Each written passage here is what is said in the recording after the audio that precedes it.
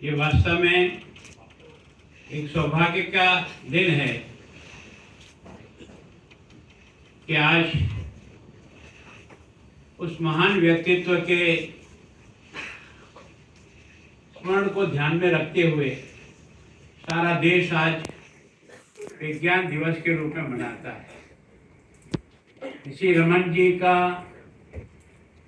सारा देश परिचित है और मैं सोचता हूँ कि इस दिन का जो विशेष महत्व है वो इस कारण से भी है कि हम इसी माध्यम से अपने अतीत के उन सब वैज्ञानिकों का स्मरण भी करते हैं, उनका सम्मान भी करते हैं और आज की तारीख में जिन वैज्ञानिकों ने इस देश को ऊंचाई दी है उनके कामों के बारे में सारा देश एक उत्साह के साथ मनाता है और इस कार्यक्रम के माध्यम से भविष्य का भारत वैज्ञानिक दृष्टि से कैसे बनेगा उसके बारे में भी आज के दिन इस कार्यक्रम के माध्यम से हम चिंतन करते हैं, इसके बारे में हम सोचते हैं। मैं सोचता हूं कि हाल के वर्षों में भारत ने वैज्ञानिक और टेक्नोलॉजी के क्षेत्र में उल्लेखनीय प्रगति की है। मैं सोचता हूँ ये चंद्रमा के दक्षिण ध्रुव पर चंद्रयान-3 की सफल लैंडिंग ने भारत का मान सारी दुनिया में और सारे दुनिया के वैज्ञानिकों के बीच में एक ऐसा स्थान प्राप्त हुआ है जिसके कारण से सारा भारत 140 करोड़ लोग गर्व का अनुभव करते हैं कि पहली बार इतना सफलतम लैंडिंग होना और भारत के उन वैज्ञानिकों की तपस्या का परिणाम है। और आपने देखा होगा कि देश के प्रधानमंत्री विदेश से जब लौट के आए तो सबसे पहले उन वैज्ञानिकों को बधाई देने के लिए स्वयं उनके कैंपस में गए, सारे वैज्ञानिकों का उन्होंने अभिनंदन किया और उसमें आपने और हमने और सारे देश और दुनिया ने देखा कि भारत की महिला वैज्ञानिकों ने भी उसमें जिस प्रकार का कीर्तिमान स्थापित किया। मैं सोचता हूं कि देश के प्रधानमंत्री जी ने उनके उस उपलब्धि के एक तरह से जिस प्रकार के उनको गौरवान्वित किया, उनको एक तरह से सारे देश की 140 करोड़ जनता की तरफ से बधाई दी, तो मैं सोचता हूँ वास्तव में भारत की एक असीम क्षमता जो है उस समय प्रकट हुई थी। आपने देखा होगा कि कोविड के समय में सारा देश जिस संकट में आ गया था, सोचने लगे थे कि भारत ने इतने वर्षों तक इस यात्रा के बाद पीपी किट हमारे पास उपलब्ध नहीं है। बड़ा विचारणीय सवाल पैदा हो गया, एक सामान्य सी चीज भी हम अपने बलबूते पर अपनी आवश्यकता के अनुसार नहीं बना पाए। देश के प्रधानमंत्री ने उसको एक चुनौती के रूप में स्वीकार किया, अपने सारे बंधुओं से आग्रह किया कि इसमें आप अपने काम के आधार पर, और केवल यही नहीं, तो जो वैक्सीन बनाने के बारे में जिन साइंटिस्टों ने लगातार परिश्रम किया, मैं सोचता हूँ ये देश का पहला मेरा जीवन का अनुभव होगा कि कोई देश का प्रधानमंत्री उस वैज्ञानिक प्रयोगशाला में जाता है और प्रयोगशाला में जाकर के अपने वैज्ञानिकों की पीठ थपथपाता है कि आप कुछ करिए जिसके कारण से इस महामारी से देश और दुनिया को बचाया जा सके। और उसी का परिणाम था कि भारत ने 2 वैक्सीन पहली बार हिंदुस्तान के वैज्ञानिकों ने भारत में निर्मित की। इसके पहले हमें ये सौभाग्य नहीं मिला था और उसके कारण से देश और दुनिया ने इस बात को माना कि भारत के वैज्ञानिक के दिमाग में बहुत कुछ है, अगर उसको सही समय पर सही तरह का सपोर्ट मिल जाए तो वो कुछ करिश्मा कर सकता है। और उसके कारण से केवल भारत के 140 करोड़ लोगों को भी हमने नहीं बचाया, हमने दुनिया के देशों को भी अपनी वैक्सीन दे करके बचाने का काम किया। उसकी उपलब्धि अगर किसी की रही है तो हमारे वैज्ञानिकों की उस उपलब्धि के कारण से हम सब लोग सम्मानित हुए हैं। मैं सोचता हूं कि अभी आपने देखा होगा कि हम चंद्रयान के बाद आदित्य एल के 1 का भी हमने प्रयोग किया है जो सूर्य के बारे में सब प्रकार की जानकारियां देश के सामने उपलब्ध हो रहा है, दुनिया के सामने उपलब्ध हो रहा है। इसका मतलब इन सब 3 बातों से ये बात प्रमाणित हो गई कि हमारे वैज्ञानिकों के दिमाग में बहुत कुछ है। और इसीलिए मैं सोचता हूँ इस फंक्शन का जो उचित है वो यही है कि नए जो वैज्ञानिक तैयार होकर के आ रहे हैं उनको भी हम प्रोत्साहित करें। मैं सोचता हूँ ये अवार्ड केवल उनका सम्मान नहीं है, तो उन सब लोगों का भी सम्मान साथ का साथ हो रहा है जो इस रास्ते पर आगे बढ़ने का प्रयास कर रहे हैं। इन कार्यक्रमों के माध्यम में उनमें भी एक नई उत्साह ऊर्जा उत्पन्न होती है और उसके कारण से वो अपने काम के आगे बढ़ते हैं। विज्ञान के माध्यम से ही देश आत्मनिर्भर बनने का बार बार प्रधानमंत्री जी एक बात कहते हैं, विकसित भारत, आत्मनिर्भर भारत। इस चुनौती को स्वीकार करेगा तो यहाँ का वैज्ञानिक स्वीकार करेगा। किस तरह से भारत को आत्मनिर्भर बनाया जा सकता है, किस तरह से भारत को आज की चुनौतियों में से अपना रास्ता गुजार सकता है। जब हम आत्मनिर्भर भारत कहते हैं तो शायद हम लोगों ने सोचा भी नहीं होगा कि भारत इस प्रकार का करिश्मा कर सकता है, जिसके बारे में आपको मेरे को भी बड़ा आश्चर्य हुआ है कि हमने पहली बार विक्रांत जो है समुद्र में उतारा, एक ऐसा जहाज उतारा। ये भी हमारी वैज्ञानिकों की उपलब्धि थी कि जिसके अंदर एयरपोर्ट का सारी व्यवस्थाएं हैं, उसी से फ्लाइट का जो है वो उड़ना संभव हो सकता है और शत्रु का मुकाबला किया जा सकता है। इसका मतलब इस प्रकार की तकनीक का जिस प्रकार से हमने आगे बढ़ाने का प्रयास किया है, इसी तरह से आत्मनिर्भर भारत की कल्पना तो बहुत की है, लेकिन हिंदुस्तान की फौज को भी आत्मनिर्भर हथियारों से किया जा सकता है। इसका भी अगर किसी ने सफल प्रयोग किया तो यहाँ के वैज्ञानिकों ने किया।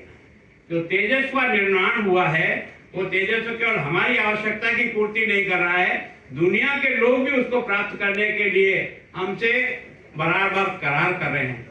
इसका मतलब हमारी शक्तियां असीमित है। शक्तियों का ठीक प्रकार से उपयोग किस प्रकार से हो, आपने देखा होगा कि भारत ने अधिकांश हथियार स्वयं अपने द्वारा बनाना शुरू कर दिया है ना। जितना हम विदेश में मंगाते थे अभी हम 30% पे है। धीरे धीरे हम अपने आप को इतना विकसित करें कि हमें अपनी आवश्यकता के हथियार हम स्वयं बना सकें। मैं सोचता हूँ आपने और मैंने सोचा ये चमत्कार भी है जो वंदे भारत ट्रेन है, ये इतने सालों के बाद आज अगर उपलब्धि हुई तो इन्हीं साइंटिस्टों के प्रयोग के आधार पर हुई होगी, जिन्होंने जिस प्रकार की उसकी इंजन की बनावट बनाई होगी, जिस प्रकार के उसके डिब्बे बनाए होंगे।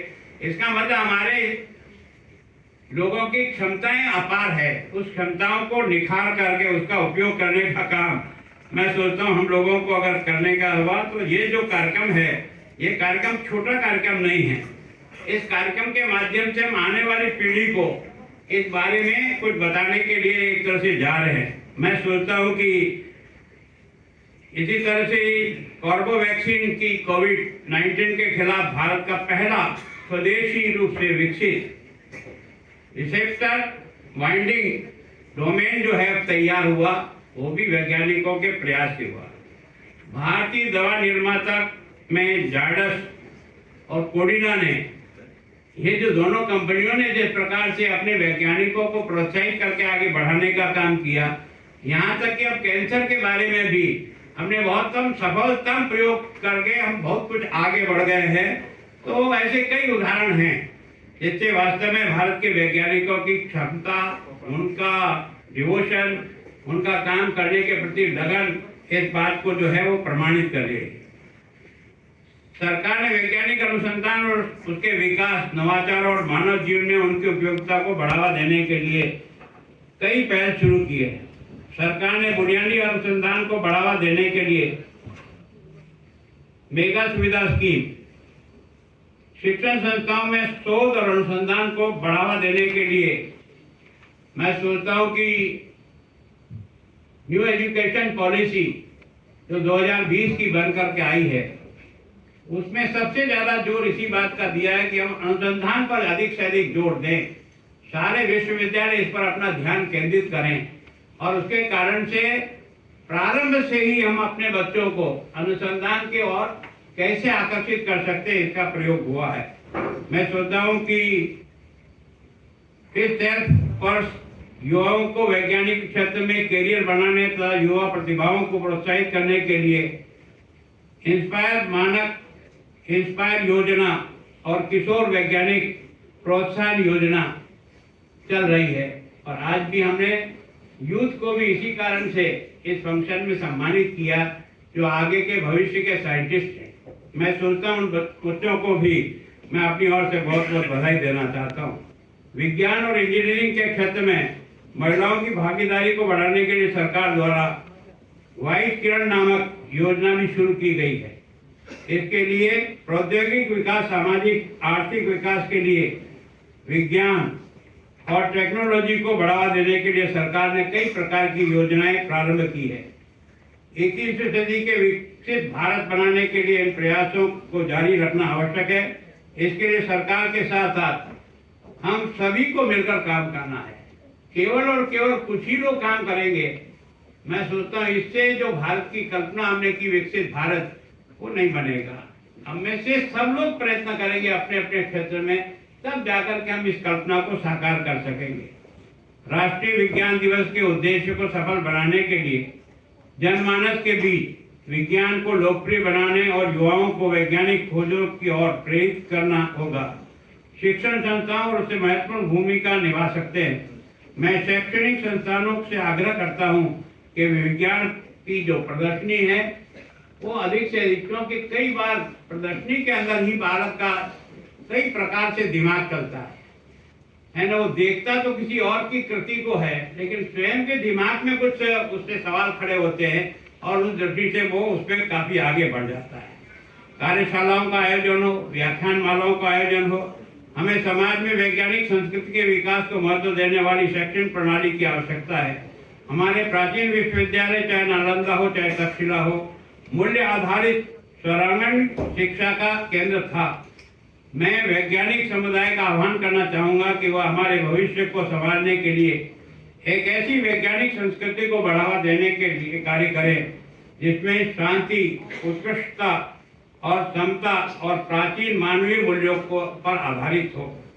भारत ने अगले 25 वर्षों में नई ऊंचाइयां हासिल करनी है और इस कार्य में देश के वैज्ञानिक समुदाय का महत्वपूर्ण भूमिका निभानी होगी। मुझे खुशी है कि माननीय मुख्यमंत्री जी हेमंत शर्मा जी ने आसाम में पहली technical science and technology university अलग से स्थापना की है। इसके पीछे जो भाव है, कई राज्य ऐसे हैं आज भी जिनमें ये साइंस एंड टेक्नोलॉजी यूनिवर्सिटी अलग से नहीं है। आसाम में इसको स्थापित करके उन्होंने जिस प्रकार का कदम बढ़ाया है वो इस बात के लिए है कि हमारे जो बच्चे हैं वो किस प्रकार से वैज्ञानिक और विज्ञान की ओर आकर्षित होकर के अपने जीवन को दूसरा ढालना प्रयास करें। आज भी हमारे गाँव में विज्ञान पढ़ने की व्यवस्था नहीं है। मैं सोचता हूँ हम सब लोग सोचते जरूर हैं और विज्ञान की क्लास है, लेकिन उसकी लेबोरेटरी ठीक प्रकार से नहीं, उस पर साधन ठीक प्रकार से नहीं। जब भविष्य का अगर वैज्ञानिक तैयार करना है तो उसे उन साधन से परिपूर्ण करना पड़ेगा, तब हम करते हैं। असम में बड़ी संख्या में असम के वैज्ञानिक असम और देश के विभिन्न संस्थाओं, अनुसंधानों एवं प्रतिष्ठानों, प्रयोगशाला में विभिन्न वैज्ञानिक और तकनीकी विषयों पर काम कर रहे हैं। मुझे जानकर खुशी हुई कि असम सरकार ने इन वैज्ञानिकों और नव प्रवर्तकों को उत्कृष्ट योगदान की सराहना करने के लिए उन्हें सम्मानित करने की पहल की है। मुझे बताया गया है कि असम सरकार राष्ट्रीय विज्ञान दिवस एवं वैज्ञानिक उत्कृष्टता के लिए 2 व्यक्तियों को और एक संगठन संस्था को विज्ञान, प्रौद्योगिकी और नवाचार में राज्य विज्ञान पुरस्कार प्रदान किया है, जो अभी हमने किया है। इसके अलावा पर्यावरण संरक्षण और उत्कृष्ट योगदान के लिए 5 विशिष्ट लोगों को परिवेश मित्र सम्मान, जो अभी हमने पुरस्कृत किया है, इसको आपने प्रारंभ किया है। मैं सोचता हूँ कि इसी प्रकार से छोटे जो स्कूल एजुकेशन में पढ़ रहे बच्चे, वो भी कई बार इस प्रकार के मॉडल बना करके स्कूल के एक्टिविटीज में जाते हैं। उन बच्चों का भी चयन करना चाहिए, क्योंकि बच्चे का प्रारंभ से ही अगर चयन होगा तो उसका दिल और दिमाग है ना इस और बहुत तेजी से आगे बढ़ेगा। मैं पुरस्कार पाने वाले आप सभी लोगों और संस्थाओं को बधाई देता हूँ। आशा करता हूँ कि आप मानव कल्याण के लिए विज्ञान और प्रौद्योगिकी तथा पर्यावरण के क्षेत्र में अपनी उत्कृष्ट योगदान जारी रखेंगे। सरकार के ऐसे प्रयास और निसंदेश हमारी अभी जो पुस्तक आपने हमको दी है, मैं सोचता हूँ कि इसमें जिन्होंने इसको संकलन किया है उनको बहुत धन्यवाद देता हूँ कि कम से कम उन्होंने बच्चों को लिए एक ऐसा डॉक्यूमेंट तैयार किया है जिसको पढ़ करके कुछ अपने आप को ठीक कर सके। तो राय साहब को और उनको मैं बहुत ही धन्यवाद देता हूँ कि आपने एक प्रयास किया है। ऐसे ही छोटे छोटे पुस्तकें है ना, बच्चों के द्वारा भी तैयार होनी चाहिए जो उनके दिल और दिमाग में आता है। प्रधानमंत्री जी बार बार इस बात का आग्रह करते हैं कि ये जो दिमाग का है, ये पता नहीं कहाँ किसके पास क्या खजाना मिल जाता है। और मैं सोचता हूँ ये कार्यक्रम के माध्यम से हम आने वाली पीढ़ी को इस बात का पहुंचाने का प्रयत्न करें कि वो किस तरह से इस दिशा में आगे बढ़ सकते हैं। अभी जिनको हमने पुरस्कृत किया है उन्होंने अपनी जिंदगी का कितना समय शक्ति इसमें लगाई होगी, किस तन्मयता के साथ काम किया होगा, और तन्मयता के काम के कारण से समाज का इन्होंने कितना बड़ा उपकार किया है। हमने तो केवल उनका एक सम्मानित करने के लिए हम बुलाए, लेकिन उनके प्रयत्न से है ना संपूर्ण मानव जाति का कितना लाभ हुआ है, इसके बारे में जब सोचते हैं तो लगता है। आज की तारीख में क्लाइमेट जो है ना एक बहुत बड़ी चुनौती बनकर सामने खड़ी हो गई, केवल हमारे सामने नहीं, देश और दुनिया के सामने। और विशेष करके जो हिमालय का और इसकी तलहटी का जिस प्रकार का परिवर्तन हो रहा है, आप और हम अनुभव कर रहे हैं, लगता है कि टेम्परेचर जिस प्रकार से बढ़ता चला जा रहा है, इस टेम्परेचर के बढ़ने के कारण से कहीं ऐसा ना हो कि मानव जाति जो है ना वो पानी के संकट में आके खड़ी हो जाए। इन सब चुनौतियों का मुकाबला करने का काम हमारे ये भविष्य के जो वैज्ञानिक क्षेत्र में आगे बढ़ने वाले बंधु हैं वो इसको करेंगे। मैं एक बार फिर सबसे ज्यादा तो मंत्री महोदय आपको, आपने इस कार्यक्रम के माध्यम से है ना उन लोगों का सम्मान करके हम सबको भी सम्मानित किया है कि वास्तव में हमारे यहाँ क्वालिटी की पहचान करने का कोई तौर तरीका है। उस क्वालिटी के आधार पर बाकी को प्रेरित करने के लिए कोई तरीका निकाल करके आपने किया है। मैं आपका बहुत धन्यवाद करता हूँ, और विशेष करके मुख्यमंत्री जी को, उन्होंने वास्तव में इस प्रकार की विश्वविद्यालय स्थापित करके उसके विकास के लिए जिस प्रकार का फंड अलॉटमेंट किया है। कई बार हमारे यहाँ भी विश्वविद्यालय खुलते तो है, लेकिन हमको 8-8, 10-10 साल लग जाते हैं उसको खड़ा करने में, तब जाकर के कहीं विश्वविद्यालय के रूप में आकर खड़ा होता है। आपके यहाँ 4-5 साल में विश्वविद्यालय अपने आकार को लेकर खड़ा हो जाता है। तो मैं सोचता हूँ निश्चित रूप से आपकी सोच के कारण से आने वाला जो बच्चा है वो एक अच्छा वैज्ञानिक बनकर केवल आसाम की नहीं, सारे देश की नहीं, दुनिया की सेवा करने के लिए सक्षम बन जाएगा। और उसका जो सब कुछ जो श्रेय मिलेगा वो उन गुरुजनों को मिलेगा जो उन बच्चों को तराशने का काम करते हैं। मैं सोचता हूँ सबसे बड़ा उपकार उनका है जो इन बच्चों को तराशते हैं और एक वैज्ञानिक बनाकर समाज के उपयोगी बना करके देते हैं। मैं आप सब बंधु जो यहाँ पधारे उन सबका भी स्वागत करता हूँ, अभिनंदन करता हूँ। धन्यवाद। जय भारत।